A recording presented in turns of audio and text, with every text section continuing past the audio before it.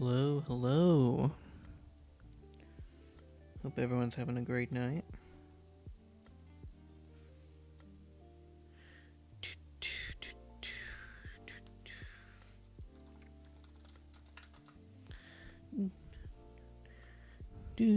do do do do. Do do do do do.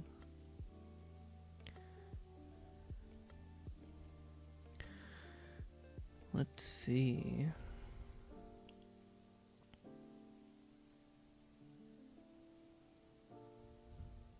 Do do do do do.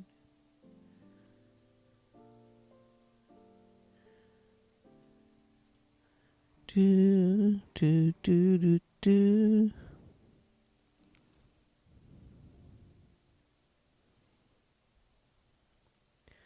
Do do do do do. Okay. So I want to, and let me just make sure I get everything I need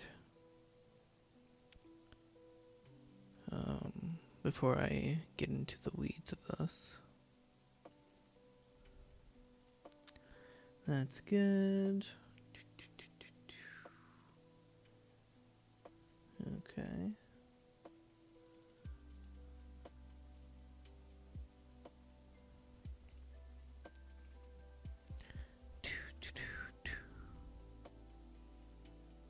Now I just need to make sure that I have the ability to make sure I don't have a copyright strikes.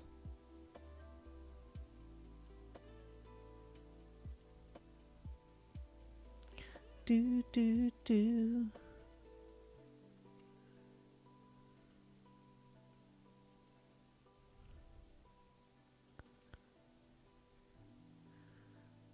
Do do do do do.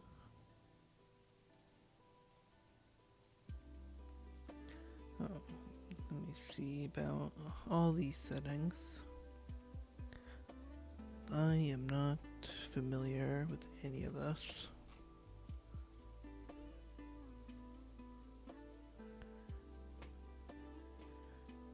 Here we go.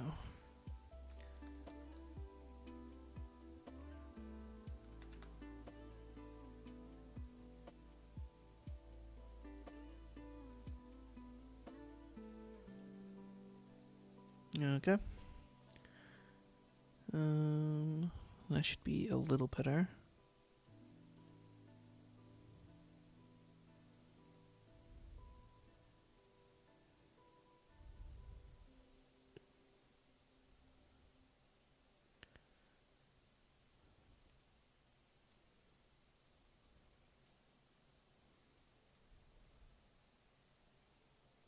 Do do do do.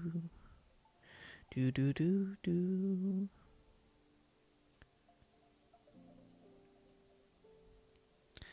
Okay.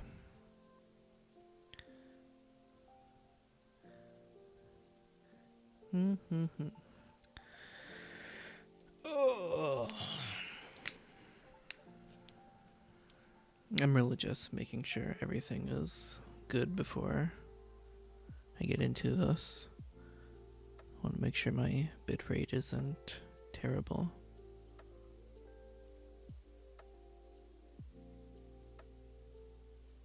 Okay, it looks good to me.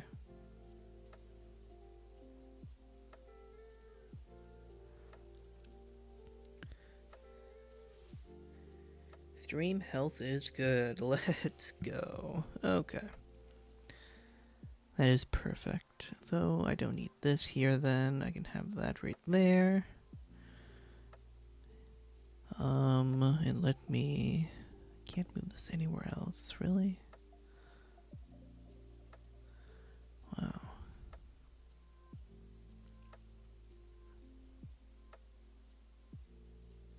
Do do do do. Okay, I don't need this here then. Can I make this? I can't make this any smaller, huh? Stream health. Okay. That's all that matters. Well, no, that's not all that matters.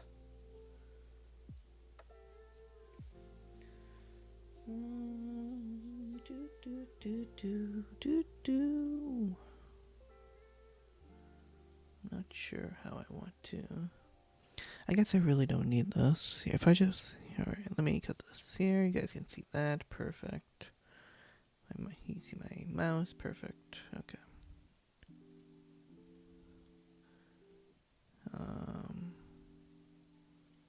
Oh, I wonder...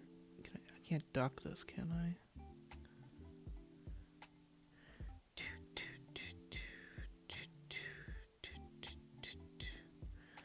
Oh, well, I guess it kind of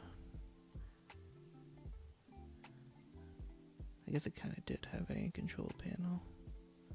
Chat. Perfect. Oh, it's gonna make me sign in. And I hope everyone's going good tonight. Really?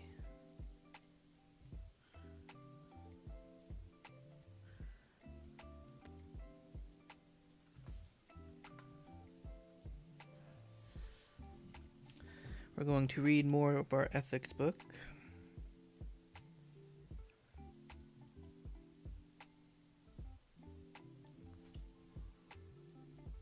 Oh, I probably shouldn't have my VPN on right now. Yikes. Okay. That is probably why things are messing up. So, VPN, or that's closed. Okay. Okay. We are back. Alright, guys. Ethics. This is what we are going over.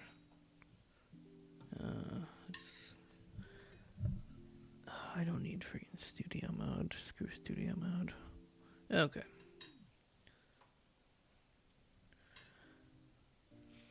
Ethics. That's the name of the game. We're going to determine what is ethical and what isn't. So we left off. We talked about the ancient Greek philosophers. Just like a brief history of those philosophies. Like the sophists. I can't pronounce this name. What's that? I'm getting a bunch of notifications. Oh. Irrelevant people messaging me.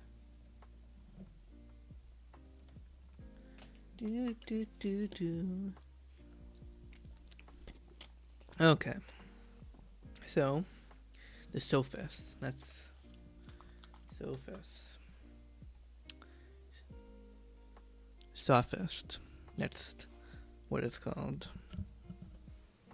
Oh, you guys probably can't hear that microphone.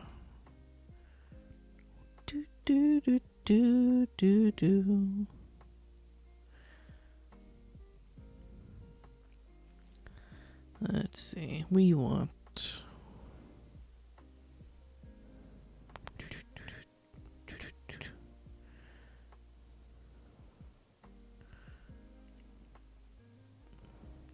sophist. Kind of loud.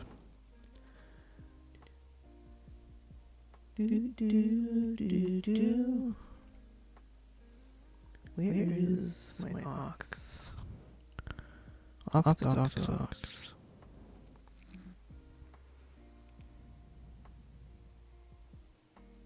Oh, no, just A1. Oh. This is input, not output.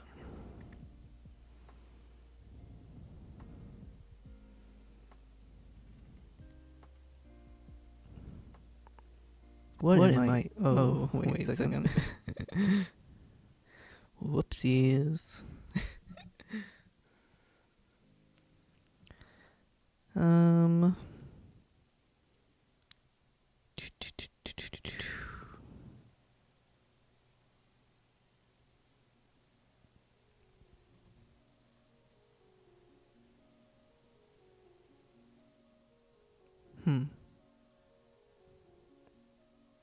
test? No. Oh, maybe if I do this? Nope, that doesn't work. Ooh. Output. Doom. Boom. Aux. Nope. Interesting.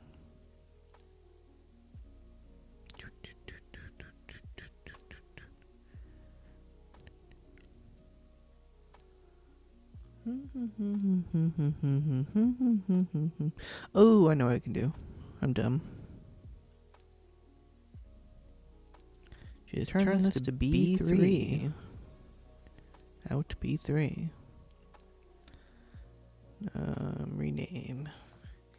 B3 output. And that will be anything you guys can't hear. Which is that.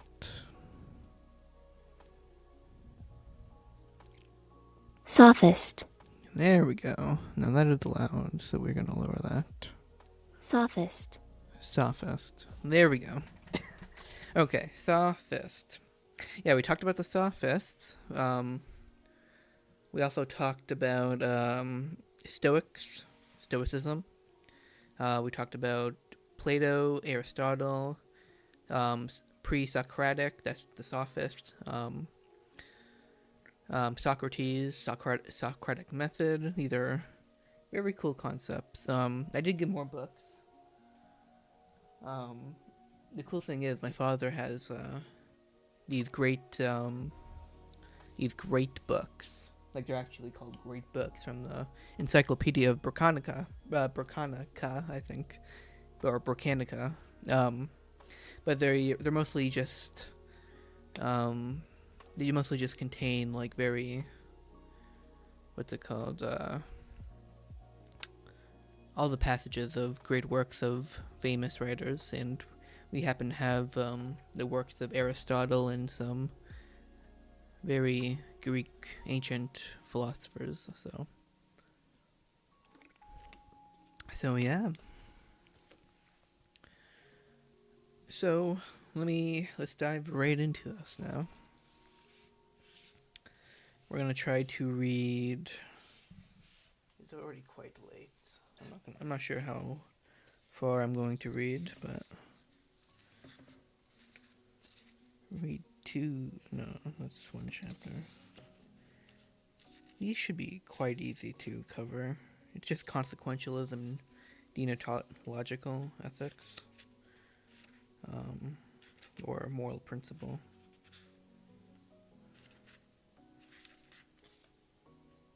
Divine command theory.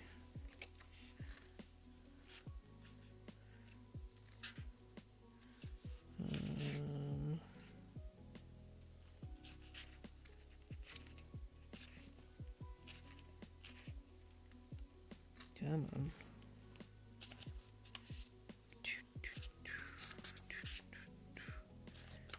I might have passed a chapter.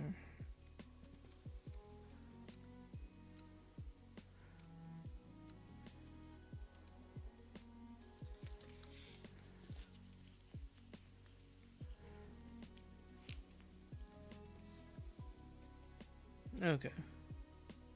So we stop here. 2 chapters today we'll go through. So we'll read chapter 3 and chapter 4 and stop at chapter 5. So we're going to be talking about consequentialism. And before I read this, consequentialism, I believe, is about the idea of looking at the outcome of any action to determine whether it's good or bad. And that's all it means.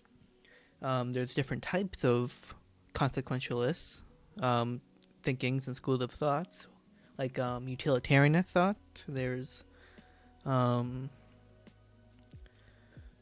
utilitarianism. There's I think utilitarianism is the only one that I know, actually. Actually, yeah, I don't know many different types of consequentialists. I guess as a broad category, I guess it wouldn't make sense to have established, um, I guess, philosophies when you could just rope it into consequentialist ones. I guess the real big one was just utilitarian one, but I obviously, yeah, it's only utilitarianism because that's the only one I know, so it must be it. But no, okay. And I guess this is the dude, Demosthenes. This is like the guy, the special one. So, and this is like contrasted with, which we'll talk about later, is Kantian or deontological ethics. So, without further ado, let's get to reading. Consequentialism is one of the main ethical theories of the past few hundred years. Very generally put, it stresses that the focus of an ethical matter and its ethical weight resides on the person or agent, by way of that person's actions or consequences. In other words, this focus and weight leads to quantifiably useful or generally positive ends, such as the well-being of humans and animals. So yeah, we're able to quantify our actions, because it leads to quantifiable. So that's an opinion, right? It stresses that the focus on ethical matter and ethical weight resides on the person or agent by the way of the person's actions or consequences. True. Its focus and weight to lead to quantifiable, useful, or generally positive ends, such as the well-being of humans and animals. Okay. And I want to make sure I know what these terms are. So, quantifiable, able to be expressed or measured as a quantity. So, consequentialism is about measuring options, basically. We are measuring whether something is good or bad most of the time. So, I like consequentialism. It's good in like very simple situations. So take the trolley problem, for example. That's where it's good. But when problems become so complex, it almost is like it becomes impossible to use it in a way. Because what you're doing is relying on just information that just isn't readily available. Like, it's just an idealist philosophy. Like, it's the ideal. If there were ever like an end game philosophy, consequentialism would be it. And then you would judge every single action every single person would ever do, and hopefully have like the most fair and just and equal society there ever were. Or well, I guess that's not true, just a society that's close to match to your values as possible. But we know because we just don't live in like a 1984 world, that it's impossible. And that's why, well, see, that's like one of my qualms, the big things I don't like about consequentialism is because you can get into situations where you're justifying things like that, a 1984 life, because like the ends justify the means.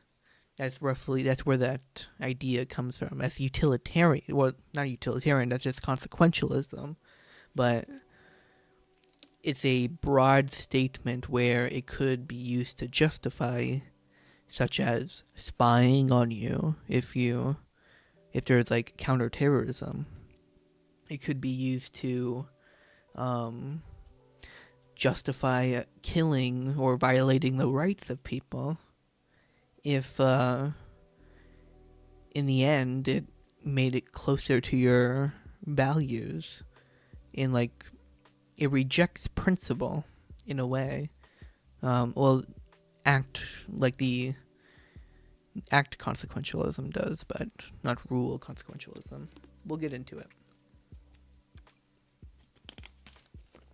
Okay. There are a few different kinds of consequentialism. One of them is found in the broad school of thought called utilitarianism. Very, very generally put, utilitarianism states that morality is about maximizing the most pleasure and minimizing the most pain as much as possible. A utilitarian is someone who believes that it's most important to act in an ethical fashion to spread happiness, relieve suffering, create freedom, or help humanity thrive and survive, or any of those notions. Further, that person feels a moral obligation to do so, and that the outcome is always more important than the intent. So I thought it was a little different than that. I thought utilitarian was like the greatest good for like the greatest number. I mean, it's true that it does maximize like happiness and well-being for the affected individuals. Yeah, greatest good for the greatest number. So I was right. That's like, I'm pretty sure you have to qualify utilitarian as that, like that qualify. That's like the big qualifier of utilitarianism, because it's really looking at like a moral dilemma and just picking the one that just saves the most amount of people or causes the least amount of suffering. Just what is overall better for the most amount of people. So, and that is usually just the greatest good for the greatest number, basically. Alright. Another type of consequentialist moral philosophy is rule consequentialism, also called rule utilitarianism. Rule consequentialism follows all the same ideas of consequentialism, but with a backbone or framework of a legal system or ethical code. For example, the right action among several choices has been laid out within the ethical system already, and therefore it has been accepted as a moral truth by the community. Because it provides the best possible outcomes, this is seen a lot in law. Wait, let me reread that.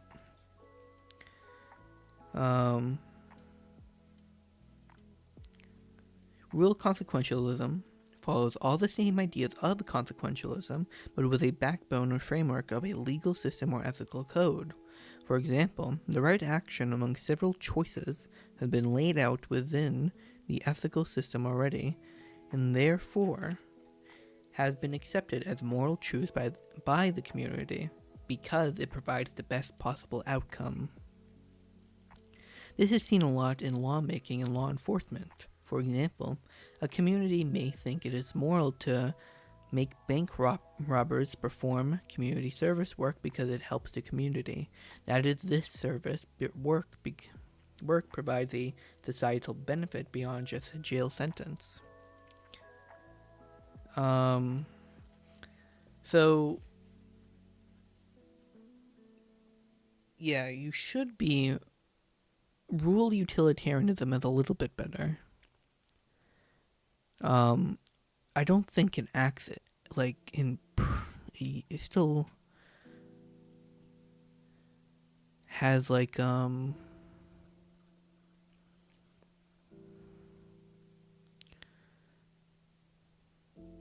focus on action. It sometimes seems to intend to reconcile consequentials with deontology or rules-based ethics. In some cases, this is stated as a criticism of rule consequentialism. Like deontology, rule consequentialism holds that moral behavior involves following certain rules. However, rule consequentialism chooses rules based on the consequences that the selection of those rules has. Rule consequentialism exists in the forms of a rule utilitarianism and rule egoism. Okay. So that's where the ends justify the means. like really comes into play. Or no, that might not be true. Where you might see rule utilitarianism take place was, so the book said, an example of making like prisoners slaves, basically, because one, it gives them a sentence and punishes them, and two, the community builds a better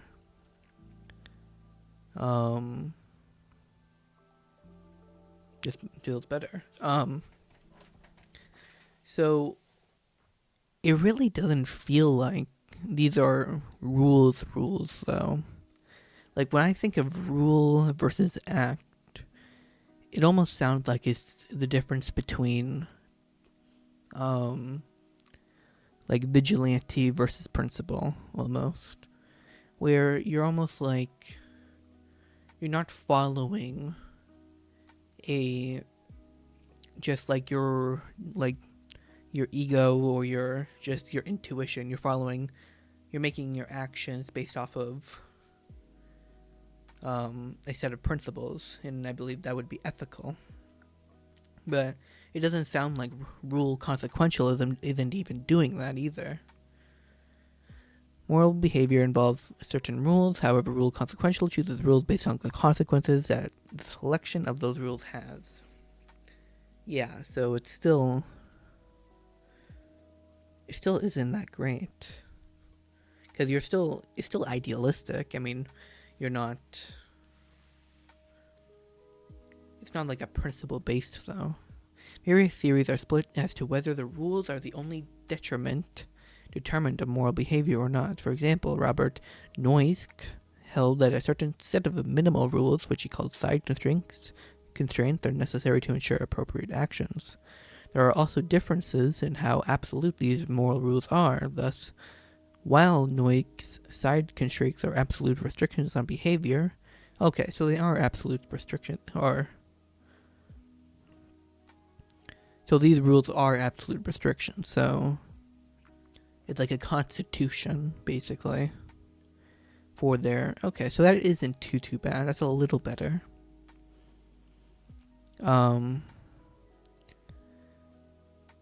Amartya Sen proposes a theory that recognizes the importance of certain rules, but these rules are not absolute. That is, they may be violated if strict adherence to the rule would lead to much more undesirable consequences. See, that's just, it's not like consistent. So I think in philosophy or just mathematics and in general, there are these things called axioms, and I possess a bunch of them. They're almost like little metadata in my arguments, and I possess a lot of these. And one of these assumptions I have that I haven't really fleshed out yet is the idea of being the most consistent as possible is just the right course of action. And it's just true, like it's inherently true. The best outcome in any moral dilemma is just the one that is as broad, is as applies to everyone. It's like the idea of universalizing your ethical decision making. And I'm pretty sure there's a universalizability, I think it's called. Universalizability. Yeah.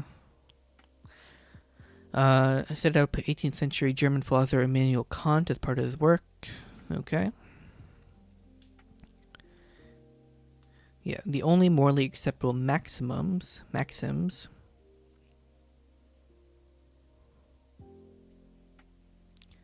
are those that could be rationally be willed to be universal law. The precise meaning of universalizability is contentious, but most common interpretation is that the categorical imperative asks whether the maximum of your action could become that one that everyone could act upon in similar circumstances. An action is so socially acceptable if it can be universalized, that is, everyone could do it. For instance, one can determine whether a maxiom of lying to secure a loan is moral by attempting to universalize it and applying reason to the results. If everyone lied to secure loans, the very practices of promising and lending would fall apart. And the maxiom, is it maxim or maxiom?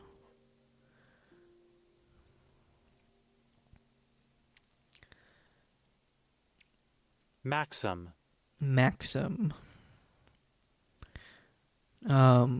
would then become impossible. Kant calls such acts examples of a contradiction in conception, which is much more like a performative contradiction, because they undermine the very basis of their existence. Yeah, I totally agree with this. A performative contradiction arises when making of an utterance rest on necessary presuppositions that contradict the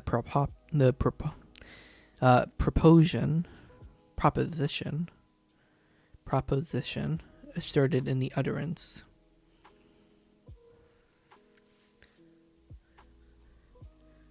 The term was coined by, I'm not going to even attempt to say these guys' name, Karl Hoder Appeal. The first attribute the first elaboration of the concept to Jacko Hinika in his analysis of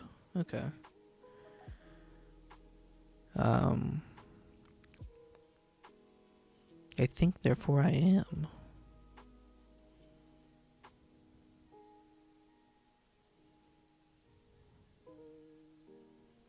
Performance rather than logical interference.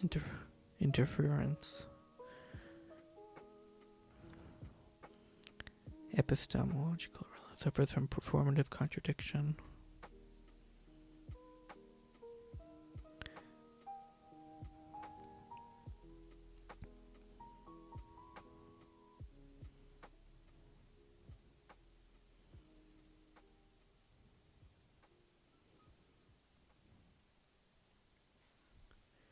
Self-ownership, also known as sovereignty of the individual or an individual sovereignty, is a concept of property in one's own person. Expresses the moral or natural right of a person to have bodily integrity and be exclusive controller of one's own body and life. Self-ownership is the central idea in several political philosophies that emphasize individualism, such as liberalism, or libertarianism, and liberalism and anarchism. Okay. I think therefore I am.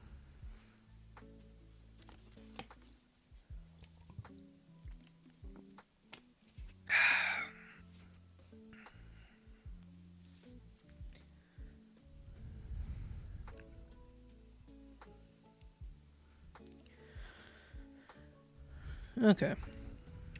Well, that's kind of cool.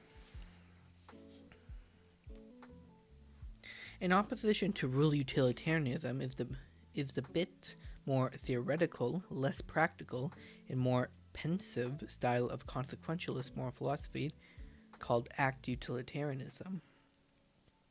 In this school, an agent of moral action is right if and only if it produces at least as much happiness as another choice that the agent could have chosen.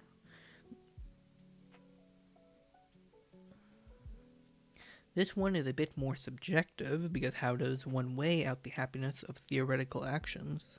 True. There's also the matter of ethical altruism. Like other kinds of utilitarianism, ethical altruism is consequence-minded and orientated.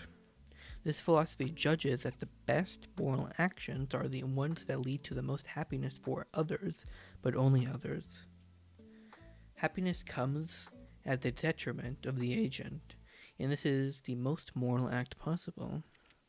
It's all about the happiness of others, at the complete and total sacrifice of one's own happiness. Of course, each of these aspects of consequentialism have pros and cons, so let's discuss them further in the coming pages. Okay. So, no, so that's the new philosophy that I was.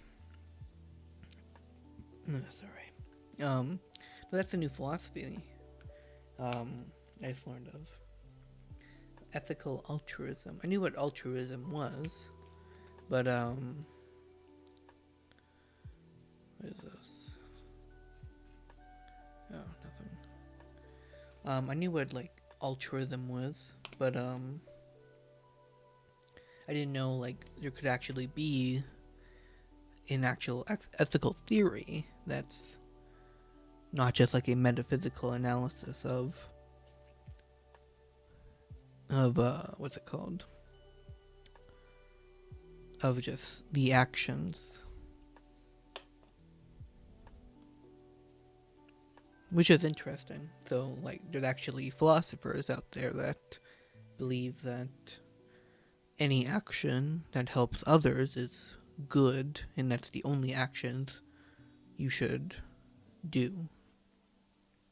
But it's kind of short-sighted because if you're in a situation where it's equal, how do you know which one to do if it's just one person versus one person? It doesn't really. Well, it weighs the consequences, so it would probably choose to save like a kid over a old person. There's probably more goodness that could come out of it.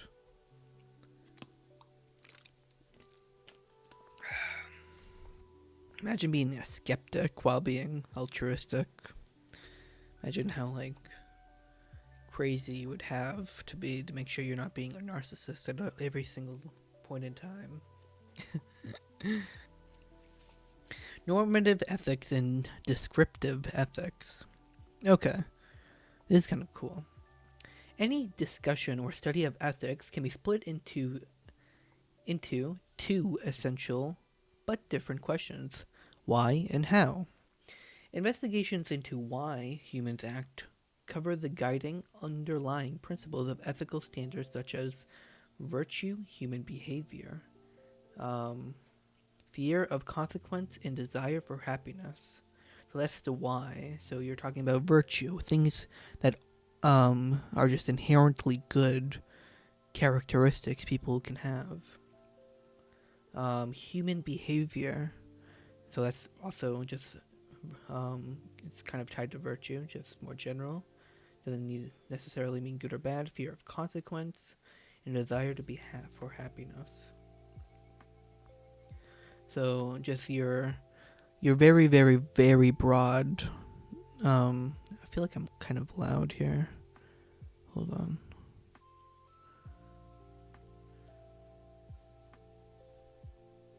Okay. Is that a little better? That's a little better. I was peaking a lot. But, what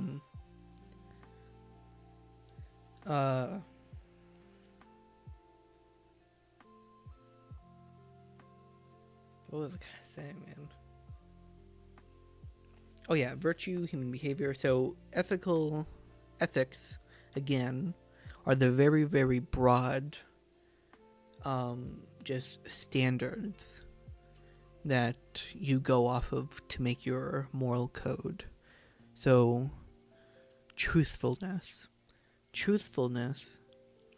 There really isn't any situation where you can think of where telling the truth would be bad. You could do like the very, very pedantic,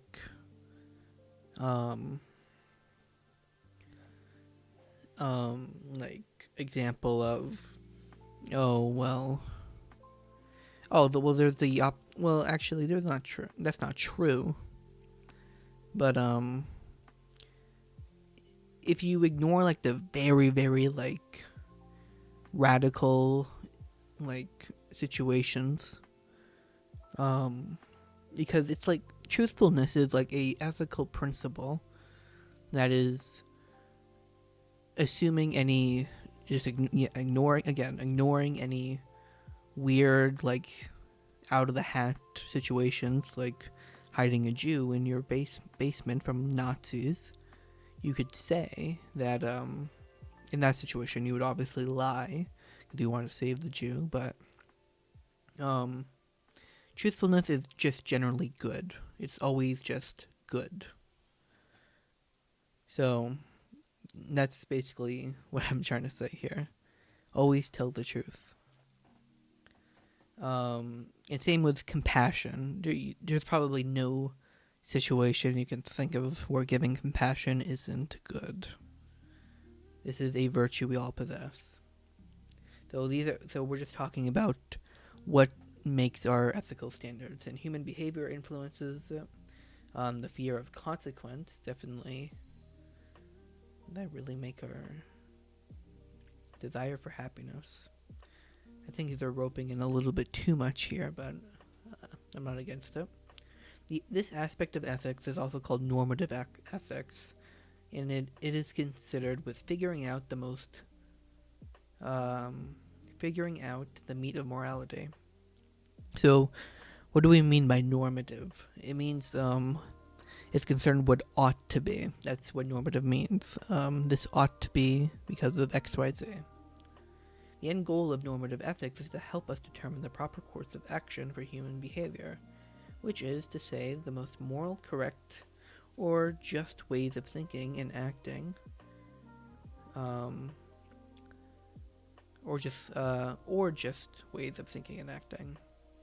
One basic example of normative ethics is Immanuel Kant's categorical imperative.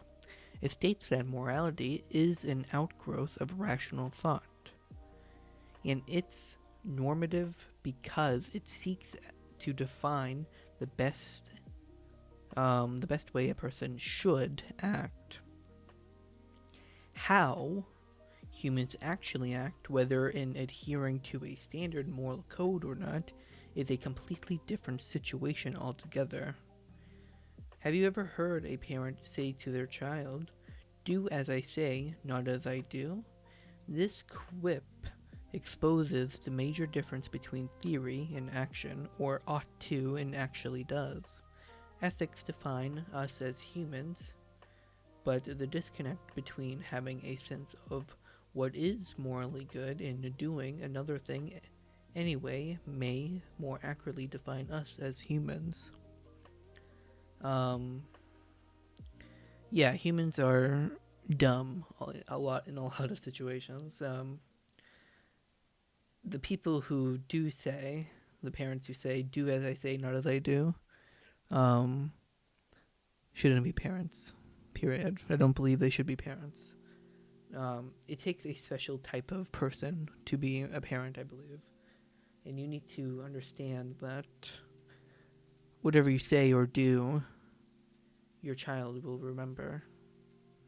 And if you say something as contradictory, like in the name itself, it's so contradictory, it's meant to be. Just as a way to shut somebody up, as a child up. Do as I say, not as I do. Really?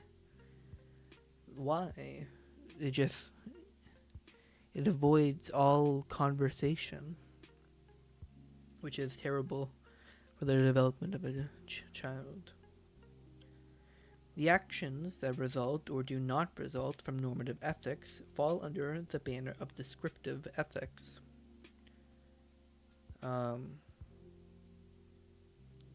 John Stuart Mill's principle of utility is kind of descriptive ethics.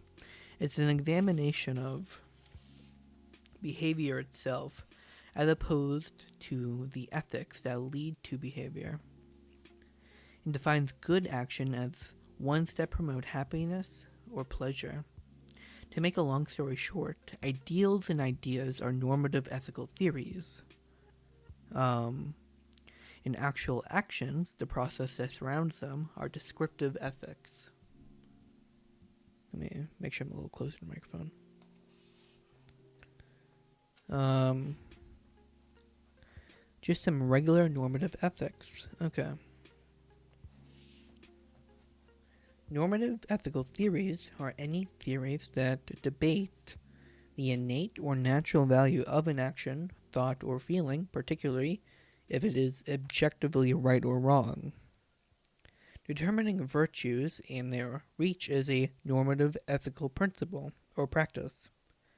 So is debating the rightness or wrongness of actions based on their consequences. Yes, action is ultimately involved, but in terms of normative ethics, the practice is more about the motivating factors behind the action and not the action itself. Okay. Here are some normative ethical um, quandaries. Quandaries. If killing is accepted as being wrong, is it morally acceptable to put convicted murderers to death? Is it morally acceptable to free slaves because the practice is abhorrent, even though freeing them would violate the laws of a community that permits it?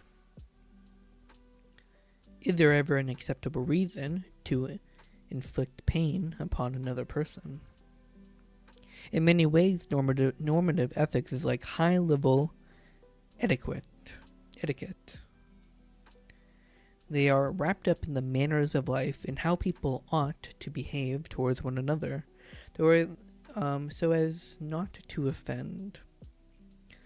But it's way more complex than that. Ethics are a major importance and override the rules and laws of society, and are often a matter of life and death. And as some ethicists would argue, describe the pursuit of happiness. While it is morally acceptable and encouraged to be polite, normative ethics frame our ability to live our lives in a just and free manner. So, okay.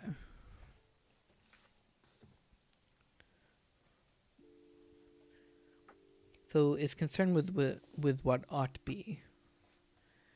And if you're arguing any moral dilemma, you're concerned with what ought to be happening. So that's a normative, ethical dilemma, basically. You're not concerned with, you're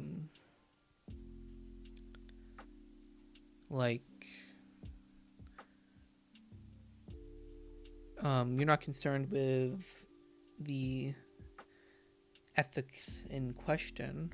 You're concerned with the action itself, I think. That's what that's meaning. I'm not sure.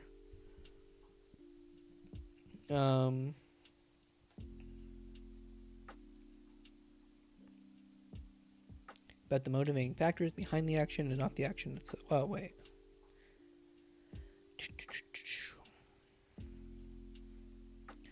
So what, ethics we ought... Okay, wait. I'm getting this totally wrong. So how, what ethics people ought to uphold, basically. So when we are...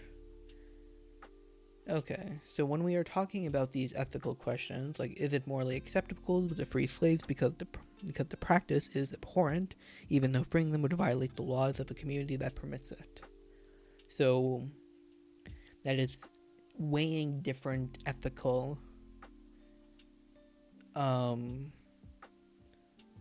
just ethics, basically, just different ethical principles.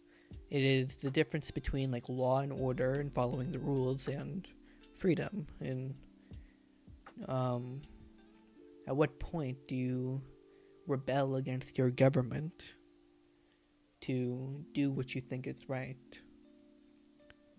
And that's basically the concept of it. Be more descriptive. Descriptive ethics, then, are all about action, how those normative ethics are used, where it really counts. It's the study of how humans human beings actually behave in ethical realm, whether they're actively considering the ethical ramifications of their actions or not. Descriptive ethics is what humans do to one another and themselves. The applied in applied ethics. Okay. This may be an easier term to understand than descriptive ethics, and the term applied ethics is just used as often, if not more so, than descriptive ethics. So descriptive and applied ethics are the exact same thing. Interesting. Okay. It's a little confusing, but descriptive ethics also concern the motivations of social behavior, such as how people reason their way through ethics, what people consider to be the most important factors in action, and the regulation of behavior based on those standards on a society or community-wide level. Recall that normative ethics are all about the theories of why, whereas descriptive ethics are about the understandings of how. Okay. So, like, in our slave example,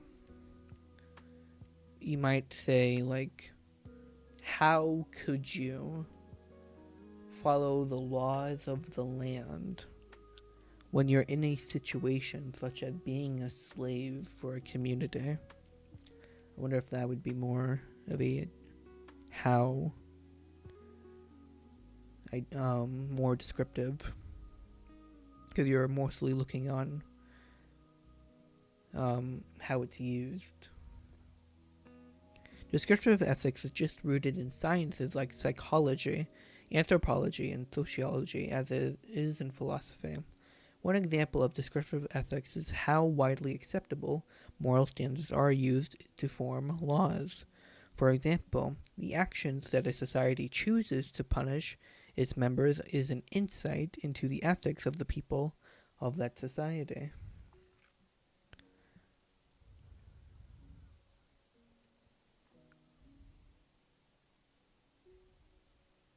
Okay. So, like, how society organizes itself and what rules it implements is a descriptive way to see how society utilizes their own morals and ideas, basically.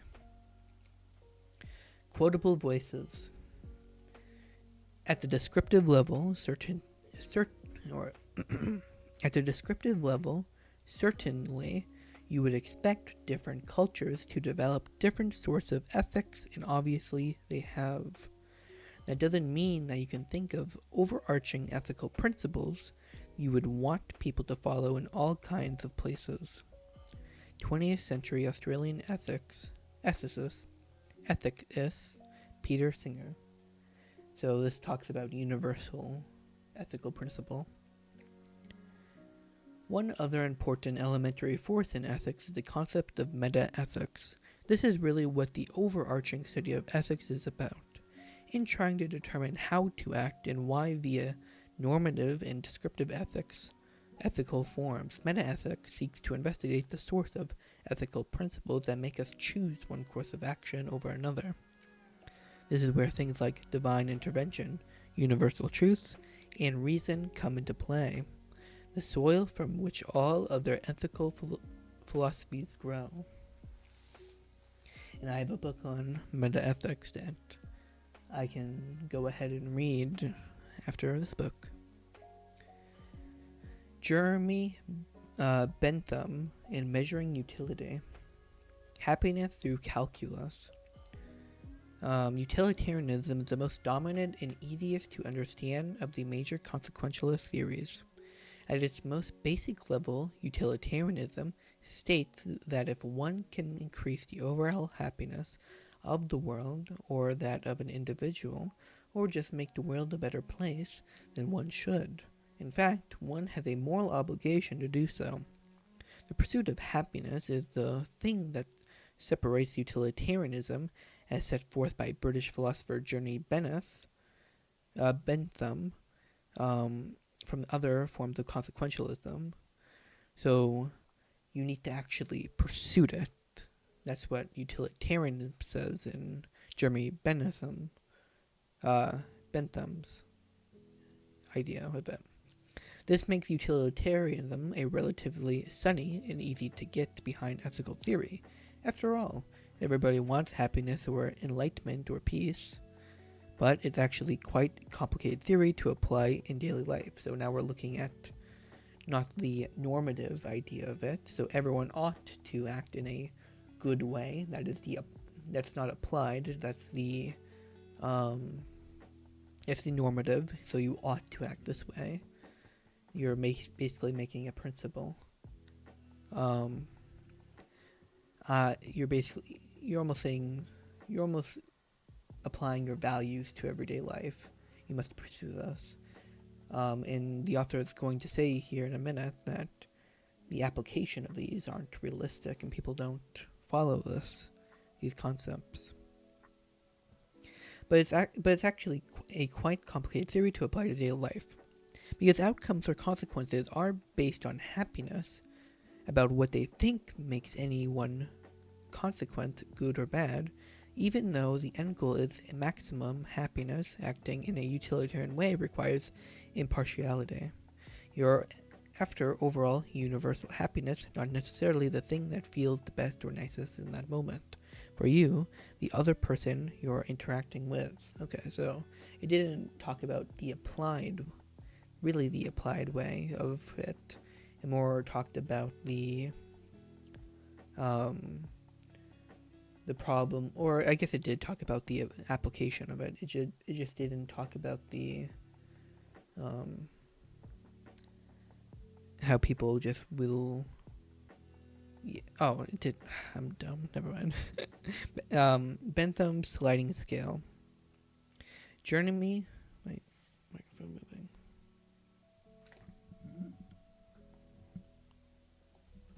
Oops. Okay. Jeremy Bentham was the first Western philosopher to write extensively about utilitarianism.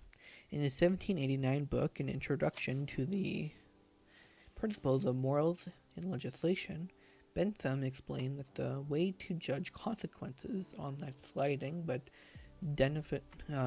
definitive scale of good and bad is the amount of happiness, pleasure, or benefit they'll lead to for one person. Then weigh those consequences against the amount of pain, suffering, and struggle it might cause another. Unfortunately, life is rarely so black and white. In any number of examples, one person might get great benefit at a great cost to another. But Bentham argues one can try to work out and reason through this problem by way of qualitative values. So you're qualifying harm or good. If the hurt person gets more pain than the pleasure the pleased person got, then it's not morally a good decision. How cringe. If the hurt person gets more pain than the pleasure the pleased person got, then it's not a morally good decision. Oh, never mind. If the winner got more pleasure out of the action and the loser just got a little inconvenience or miffed, then it's a moral decision. Because there was an overall benefit, all things considered. This is where impartiality comes into play. Difficult as it may be, one must decide with utility in mind and kind of ignore the individual feelings of the people whom the decision would affect. Quotable voices. The said truth is that that is the greatest happiness of the greater number, that is the measure of right and wrong. Bentham defined the good of happiness and pleasure in the absence of pain and suffering as his core thesis. He called it the principle of utility. Utility is about purpose and use, and there is usually little emotional meaning attached to the word utility. Interesting. It just means the thing that would work best is the best thing. Okay. The thing that would work best is the best thing. Wow. That's really knocked that statement out of the park. Bentham, however, called pleasure utility because he put it in such high esteem. At its essence, utilitarianism is a theory in which good or moral consensus, and thus moral actions, are defined in terms of an end result that leads to as much good as possible and as little bad as possible, or at least more good than bad. The goal, shoot for 51% or higher on the good side of an issue. The ethical algorithm. It's in analyzing and weighing consequences that Bentham made his most lasting contribution to moral philosophy.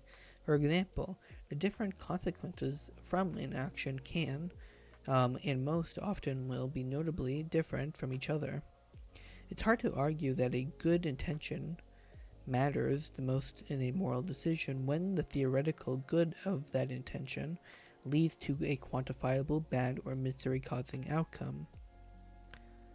And so, to fine-tune his argument that consequences can and should be measured on as scientifically and logically as possible, he developed a moral algorithm called utility calculus, or hedonism calculus. While it's not the same theory as Voltaire's notion of pleasure seeking is the one true way hedonism. Is the one true way hedonism benefits advocate the pursuit of a maximization of pleasure, which is the entire point of hedonism, and so the name does seem appropriate. With his system, Bennis quantifies the moral aspects of actions in this way. The greater the good of an action, the more hedons, or positive utility units, is worth.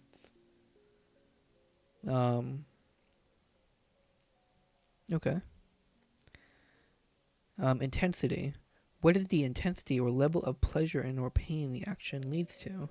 Duration. What is the duration of that pleasure or pain the action creates? Certainty. Is there a notable amount of certainty or uncertainty of pleasure or pain resulting from the action? Interesting. We have a whole equation determining whether our actions are good or not.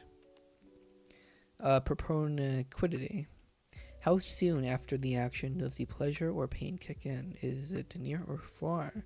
For example, the benefits of eating healthy take a while for the benefit to kick in the form of a lower cholesterol level over time, but eating a cheeseburger, the pleasure is immediate.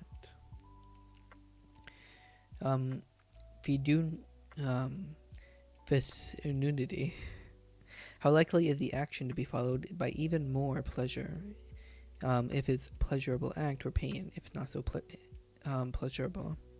Purity. How pure or impure is the pleasure or pain after an action? As an opposite of the previous metric, this asks how likely the feeling after an action is to be followed by the exact opposite. So, like, post-nut clarity. So, you may feel good during it, but if you, after it, you feel bad, then they take that into consideration.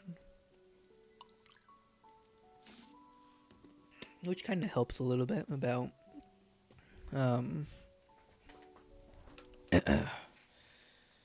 just preventing, like,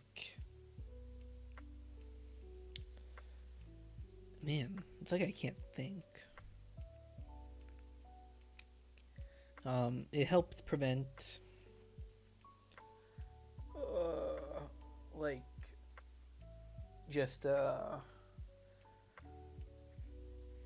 actions that go out on a whim, basically. Extend. What is the extent of the effect of the action? Okay. Can you imagine going through this process multiple times a day to make a decision to see if it's moral or not? Using Bentham's systems of determination requires slow, deliberate action. Ethics isn't easy, but Bentham didn't really mean for it to be used for every decisions. For every decision, but to be made, but only for troubling decisions and for big political or public policy decisions. Yeah, see, I don't really... It's not a bad theory. I do like it. Um, yeah. Assuming you had the ability to get all of this data, I think you could see what is the best moral outcome. But it needs to be rules based. I still believe you should have all of these into consideration. There should be one more metric. So, all of this multiplied together, and if it violates an ethical principle, multiply it by 0. And if it doesn't, multiply it by 1. John Stuart Mill and Utilitarianism. British philosopher John Stuart Mill expounded on Jeremy Bentham's establishment of utilitarianism. While he agreed with the philosophy's central concept of the definition of a good moral act with one that boasted the maximum utility, which is to say, as much pleasure and as little pain as possible, he had a big problem with the way Bentham defined pleasure and pain. Mill stressed that pleasure and pain cannot be quantified. So you can't really quantify pain or pleasure.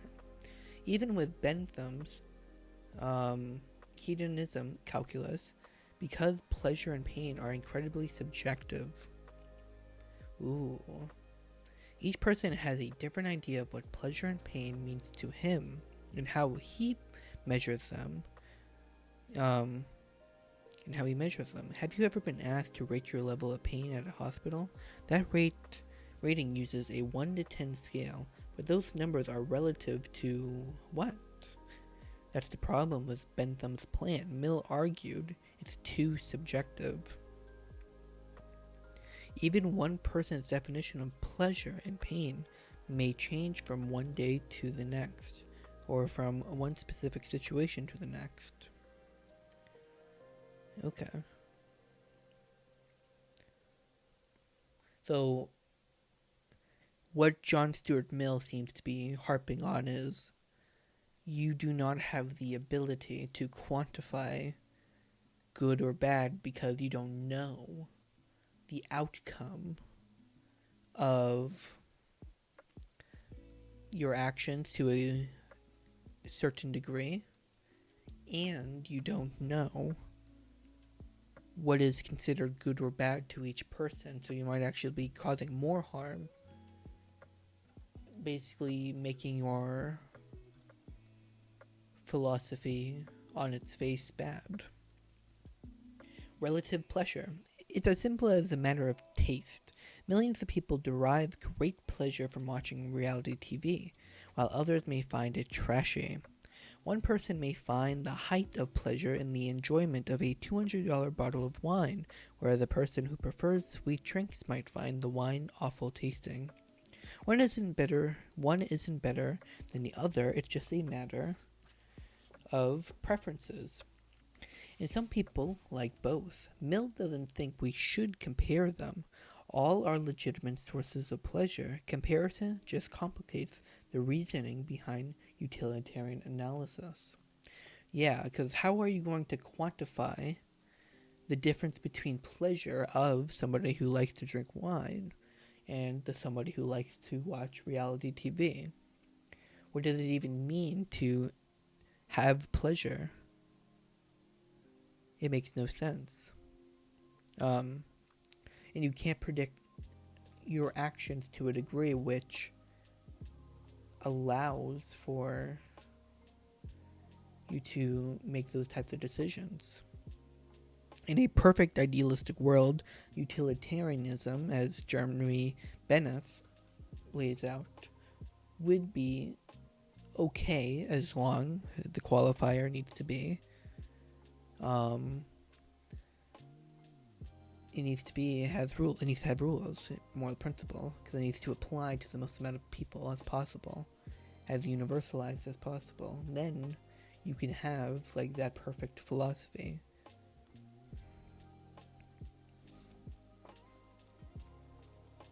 groomed. John Stuart Mill's father, James Mill, was also a utilitarian philosopher and a friend of Jeremy Bentham.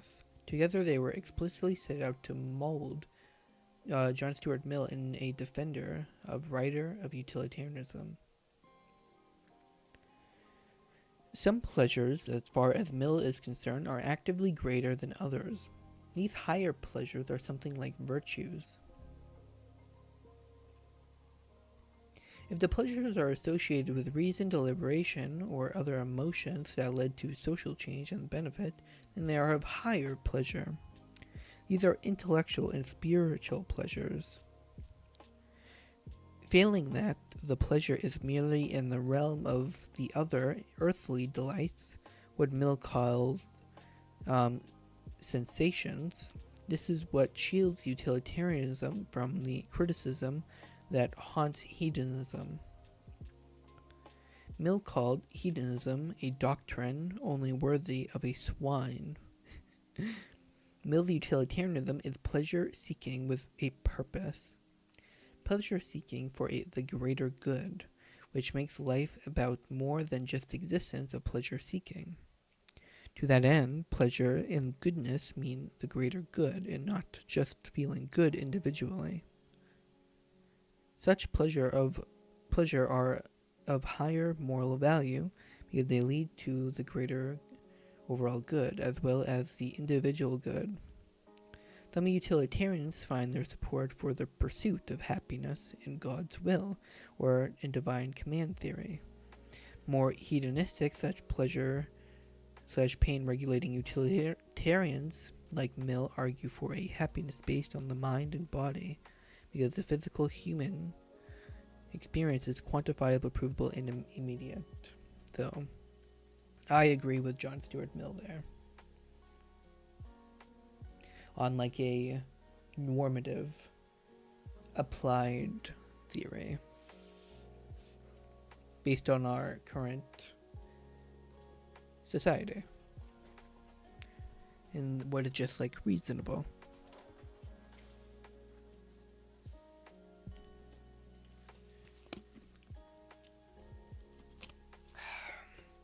So it was interesting that he said that he put an emphasis on actions, pleasure-seeking actions that are incongruent with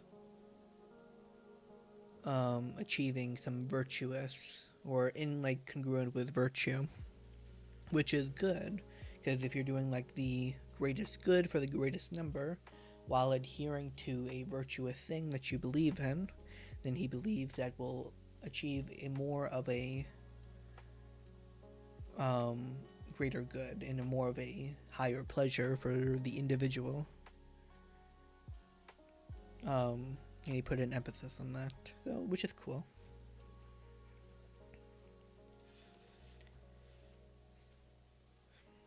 The need for pleasure. John Stuart Mill wasn't one to go around trying to prove a theory that was all about subjectivity. In his book Utilitarianism, for example, he writes about proving the principle of utility in terms of the overwhelmingly universal human need and pursuit for happiness. To him, this need is just as real as seeing an object or hearing a sound. Because this need is so obviously exists, there is no need for him to prove that it is real. That happiness pursuit unites us. He suggests that if we're all pursuing happiness, then it leads to overall greater happiness for all. Interesting. Quotable voices. The only proof capable of being given that an object is visible is that people actually see it. The only proof that a sound is audible is that people hear it. In like manner, I apprehend the sole evidence it is possible to produce that anything is desirable, is that people actually desire it.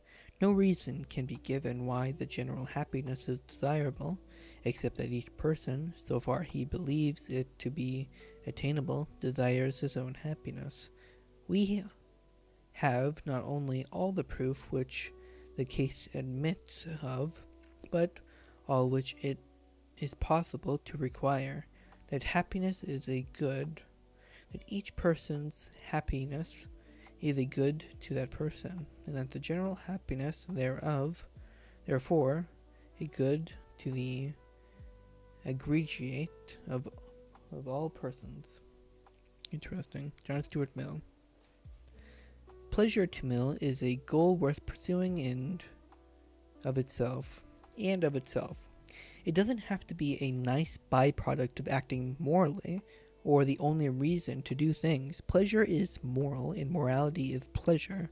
This can be applied to religion as well, as religion and ethical study help people find pleasure and happiness and avoid emotional pain. But it's also okay to pursue these goals independently of any other construct. In this regard, ethics is just about adding happiness to the world, or at the very least, minimizing pain. As far as Bennis and Mill are concerned, they are of the utilitarian mindset that everyone's happiness in or pain. They are, of course, utilitarian, and as such they are always trying to decide what is the best or most useful course of action. Taking into account how more than one party would be affected by a moral decision is a big part of what utilitarians do. It's all about the net gain of utility. They do not care who gains, just as long as gain is there in some way. This is called an equal consideration of interests. Interesting.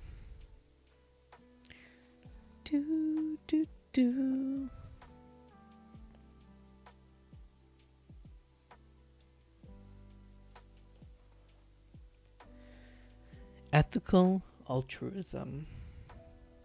Be excellent to each other. A lot of ethical principles are, for lack of a better word, self-absorbed. Many seem to ask some variation of the questions: how can I live a better life? Am I doing the right things? Does my ability to reason determine whether or not I make an ethical decision? Those questions are indeed important to ask in the study and in the practice of ethics. But enough about me, what about other people? In altruism, the good of others is the rightful end of a moral action. Specifically, an action is morally right only if the results or consequences of the action are more favorable than not to anyone and everyone except the agent. The good of others is the true and rightful end of any moral action. Interesting. Staying positive. French philosopher Auguste Comte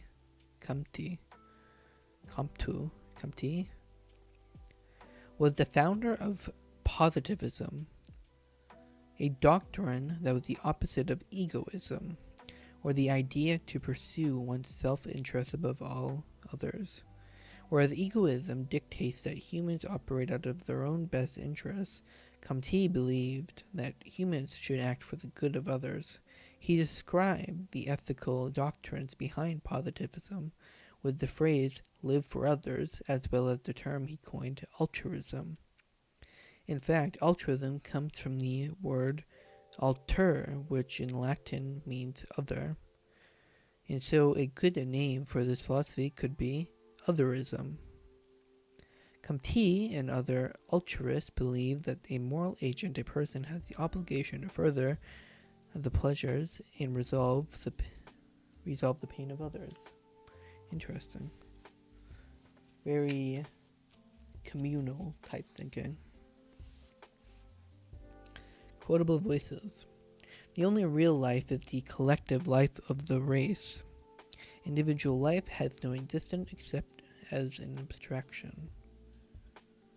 So this is like very commune-based in community. The bigger picture. Ethics are, of course, innately about how one individual treats another, and if that treatment is as absolutely and objectively morally good as possible.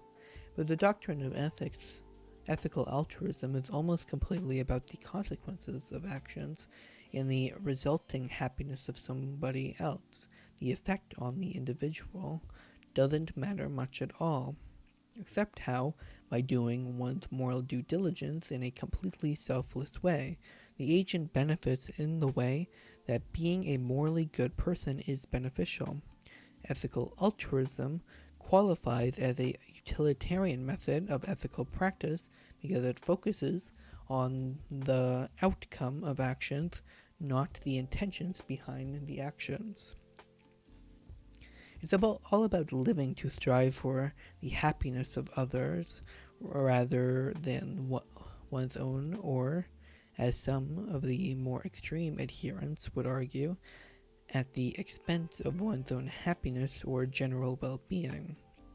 Even regular ethical altruism is radical because it rejects the value of the self as a form of helping others. After all, if you're worried about your own happiness, you can't be truly devoted to helping others. And helping others is what makes a person morally right. In general terms, altruism means to help someone out of generosity or because it's a nice thing to do, and expecting nothing in return. Such actions are an everyday version of altruism.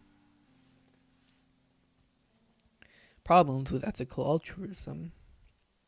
There are some flaws to the theory. For example, critics have brought up the argument that altruism considers the happiness of others to the ultimate end, but altruism completely dismisses the idea of individual, self-created, or self-directed happiness. Therein lies the problem. If there is no moral imperative to create happiness for yourself, why should anyone else be inclined to promote your happiness? So you can't self-direct yourself to improve the lives of others, because that wouldn't be real altruism. That would be altruism with an intent, which isn't innate altruism. Because altruism requires, I believe, without a intent, self-directed.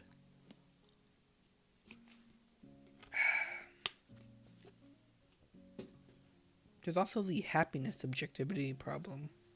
The moral agent is the one in charge of the happiness of another, but should he be? Does he have the right to determine and act for someone else's happiness? Acting on the behalf of someone else's humanity and happiness is theoretically good, but in practice the idea falls apart if the agent and beneficiary don't see eye to eye on how to help. For example, a rich man sees a poor man shivering on the street in the dead of winter. The rich man gives the poor man his coat. This is certainly an act of altruism, and a utilitarian one because it has the outcome in mind, specifically the act of helping someone else. But maybe that coatless man didn't need a coat. Maybe he just left his coat inside, and maybe the building was locked and he's waiting to go back in. Or perhaps the coat is a leather jacket and the shivering man objects to the killing of animals. Interesting.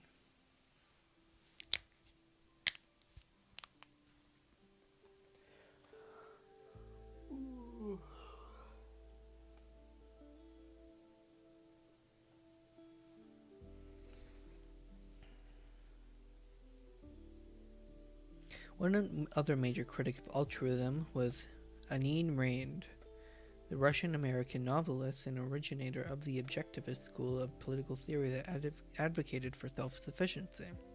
She held that altruism was responsible for more harm than good, arguing that there is no rational reason or proof for why sacrificing oneself is morally better than pursuing one's own self-interest.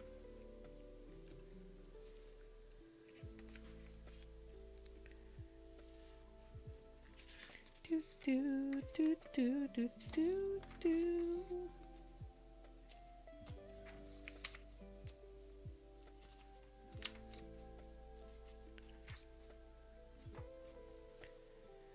Let's see. I'm going to stop here because I am really tired. But we did very good. Next time we will start reading about rule consequentialism. We got through a few pages today. I just want to start reading every day. That's one of my New Year's resolution. Very important to read. Read is good for the mind. But let's see.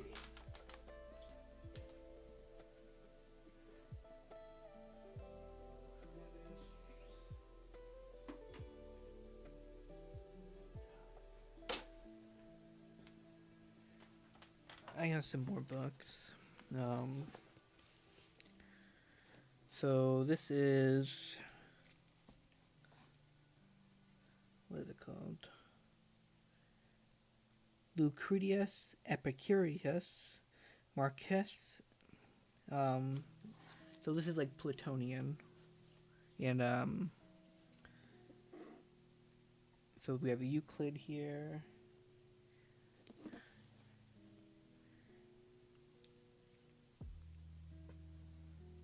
The Sophocles. Oh, there we go. Aristotelians. So this is, there's books here about pre-Socratic philosophies. Oh, what the crap is this one?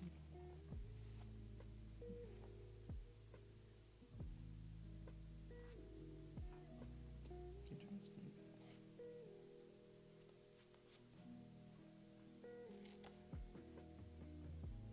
Okay. But so many books to read this year. Many more to come too.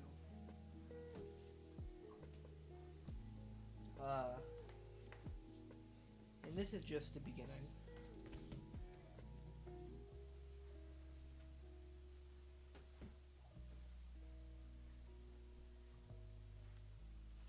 I've noticed that if one wants to become truly moral, it must come through wisdom, I believe.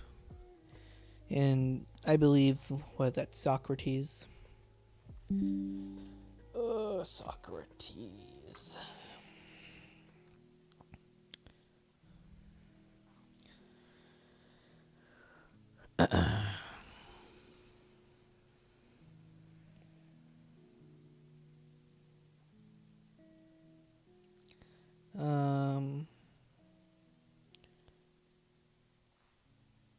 Lack of knowledge, especially when discussing concepts.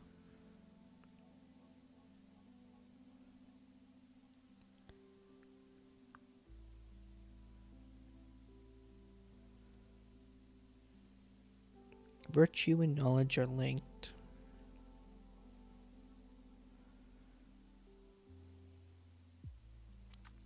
I think to have virtue, am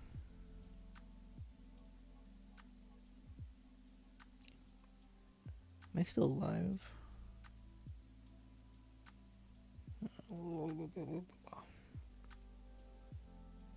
Do do do do do.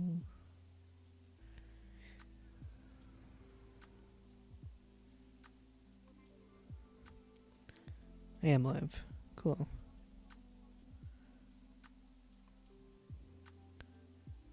YouTube is not responding. Oh, bit rate.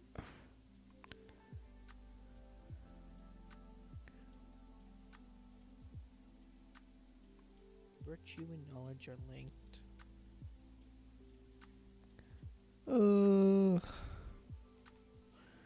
What is happening? I think to have virtue.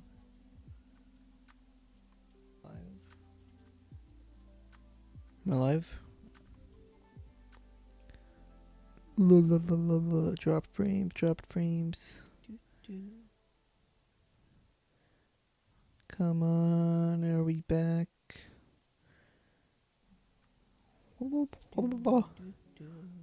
Ooh.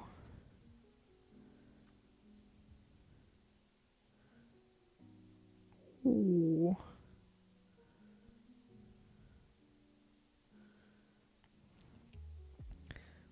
Ooh. I am live. Cool. YouTube is not.